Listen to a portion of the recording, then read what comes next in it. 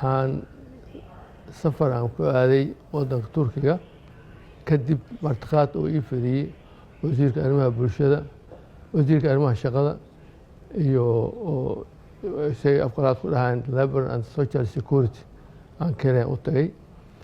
Waxaan u tagay safarka wuxuu dabagal heshiis afgarad la saxiixay inaan ka dhigno mid taabagala. wada hadalka waa fiicnaa, waa wada fadhiisanay, waxaa wada fadhiistay qaybtooda farsamayaqaanada iyo anaga wafdiga ila socday, hudwalaana ila socday oo ka mid ahaa agaasimaha guud wasaaradda iyo qaybaha markaas loo baahnaa inay shirkan ka qayb galaan madaxdooda waaxyaha. waxaa ka soo baxay oo aan saxiixinay kadib wada shaqayn ku saabsan sidii kow tay ahaan loo kordhin lahaa shaqaalaha Soomaaliyeed qaybaha kala duwan, taasoo isla arkayn saan u kala horumar lahayn aan isa samaynayno oo u xilsaaran laba guddi farsamo ayaga ka socdo, mid ana ka socdo.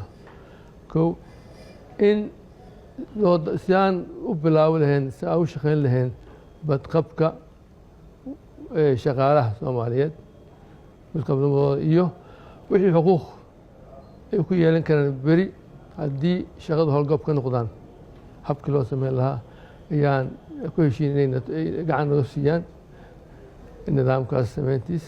waxaan kaloon ka wada hadalnay sidii tababar oo xirfad ah dhinacaas ay gacan nagu siin lahaayeen, ha noqoto in ayaga inta noo yimaadaan noo tababaraan xirfadayaasha, ha noqoto in anaga xagga u dirno marka loo baahdo, hadba siday ku heshiiyaan guddigan farsamada ah.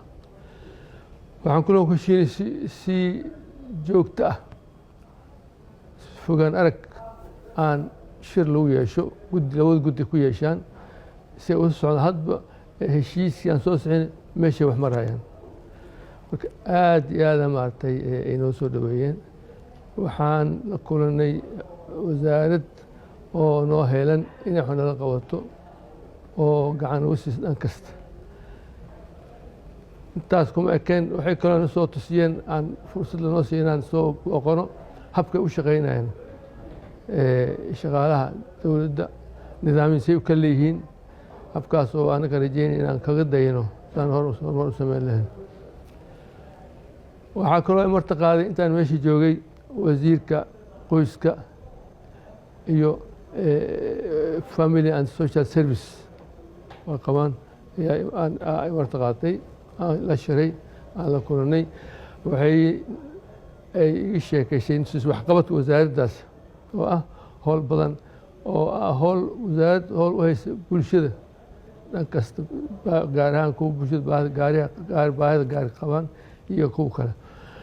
marka waxay ahayd waxaan ku heshiinay ayagana inaan heshiis aan soo diyaarsano, heshiis afgarad ah inaan soo diyaarsano qodobada ugu muhiimsan aan anaga u baahnay inaga camal karaan inaan u tilmaano ku heshiino. marka